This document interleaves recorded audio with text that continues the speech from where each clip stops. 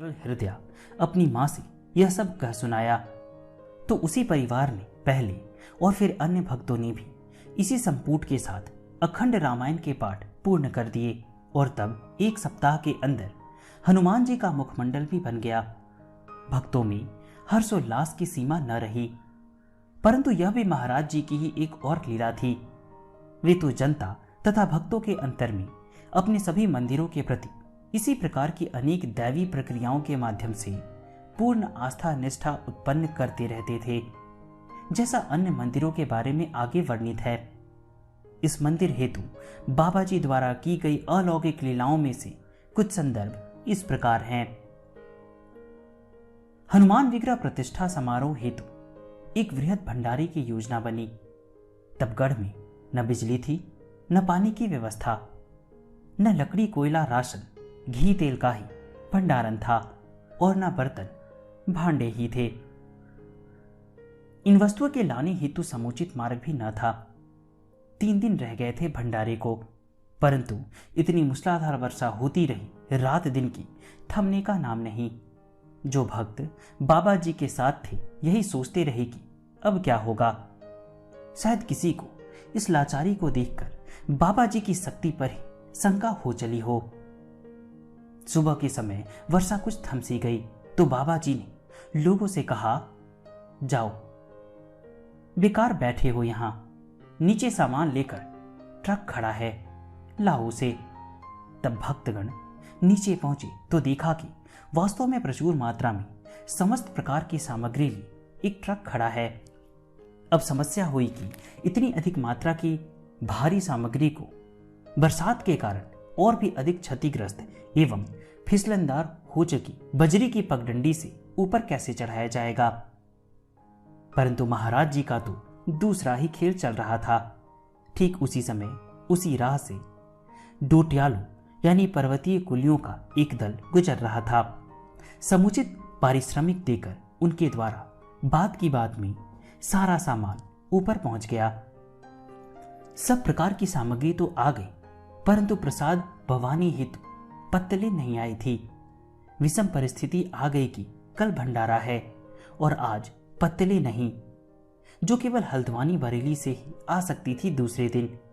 तब पुनः ऐसी ही एक अद्भुत लीला के माध्यम से बाबा महाराज ने पत्तलें भी उपलब्ध करा दी। गढ़ के ठीक नीचे उसी समय सड़क पर जाते एक पत्तलों के व्यापारी से बाबा जी द्वारा संपन्न विचित्र सृजनात्मक लीलाएं थी दोनों।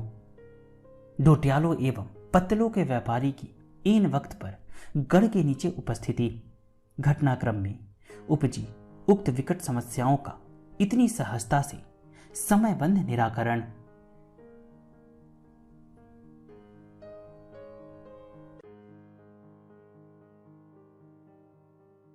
और तभी पुनः भीषण रूप की वर्षा आरंभ हो गई। सब काम पुनः ठप पड़ गया। तब बाबा जी अपनी कुटी से निकले, द्वार पर खड़े हो काली भूरी जल भरी घटाओं से भरे आकाश की ओर देखते हुए अपने एक भक्त से बोले, पूरन बड़ी उग्र है, बड़ी उग्र है। संभवतः इशारा पास की शमशान भूमि से लगे मंदिर की शीतला देवी की ओर था और ऊपर देखे देखे दोनों हाथों से अपने विशाल वक्ष से कंबल हटाते हुए गर्जन के साथ बोले, पवन तनय बल पवन समाना। और देखते देखते तेज हवाएं बादलों को उड़ा ले गई। वर्षा थम गई, आसमान साफ हो गया। नीचे से कंस्टरों में पर्याप्त जल भी इकट्ठा कर लिया गया। तदुपरांत भंडारे हेतु प्रसाद बनना प्रारंभ हो गया। यद्यपि प्रसाद प्रचुर मात्रा में बनता रहा दिन रात, परंतु भंडारे के दिन इतनी अधिक संख्या में स्त्री पुरुष बाल वृद्ध युवक युवती प्रसाद पाने आए कि भंडारे के दिन शाम तक भी प्रसाद का बनाते रहना आवश्यक हो गया। इस बीच घी चूकने लगा था। बाबा जी तक सूचना पहुंची। तब वे तनिक कृत्रिम क्रोध से कुछ तेज आवाज में बोले, कैसे खत्म हो गया घी?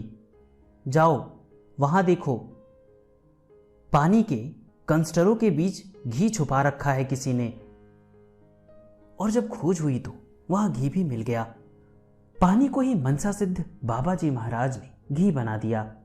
अपनी शक्ति को जनसाधारण से गुप्त रखने हेतु घी छुपाने का दोषारोपण नाटक कर। जब मंदिर भवनादि सब बन गए तो एक और बृहद भंडारी की मनसा बाबा जी ने कर दी, जिसका कोई प्रयोजन उन्होंने स्पष्ट नहीं किया। ठंडी का मौसम था। नैनीताल में केवल प्रवासी रह गए थे, तब 4-5 हजार की संख्या में। अतएव व्यवस्था करने वालों ने उसी अनुपात में भंडारे की व्यवस्था की। बाबा जी बीच में आए तो इतनी कम सामग्री देखकर असंतुष्ट हो लौट गए। तब और बड़ी व्यवस्था की गई। सबके मन में यही प्रश्न था कि क्या होगा इतनी सामग्री का। परंतु जब 2 दिन तक पकाए गए हलवा, पूरी, आलू का भंडारा प्रारंभ हुआ तो न मालूम कहां से हजारों की संख्या में लोग, जिनमें बहुल संख्या में केवल बच्चे शामिल थे, आते चले गए और भंडारे के बाद कोई सामग्री शेष न रही।